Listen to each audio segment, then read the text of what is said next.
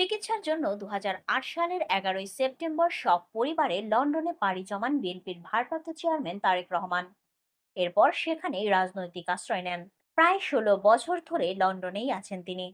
সেখান থেকেই নিজ বাসায় বসে অনলাইনে দলীয় কার্যক্রম পরিচালনা করে যাচ্ছেন নিরলসভাবে।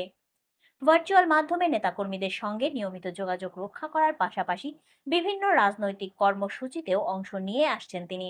এবার সেই ভার্চুয়াল সেটআপের কিছু ছবি প্রকাশ্যে এসেছে। শুক্রবার বিকেলে জাতীয়তাবাদী দলের অফিসিয়াল ফেসবুক পেজে তারেক রহমানের ব্যবহৃত কর্ম পরিসরের কয়েকটি ছবি প্রকাশ করা হয়। ছবির ক্যাপশনে লেখা হয়, মাত্র একটি চেয়ার, একটি টেবিল আর একটি ক্যামেরাকে সঙ্গী করে আমাদের প্রিয় নেতা বিএনপির ভারপ্রাপ্ত চেয়ারম্যান তারেক রহমান দীর্ঘ ১৬ বছর ধরে প্রবাসে থেকেও দলের কার্যক্রম পরিচালনা করে আসছেন। দলের পোস্টে আরো জানানো হয়, ছবিগুলো তুলেছেন বিএনপির উপদেষ্টা ও সাবেক সংসদ সদস্য লালু।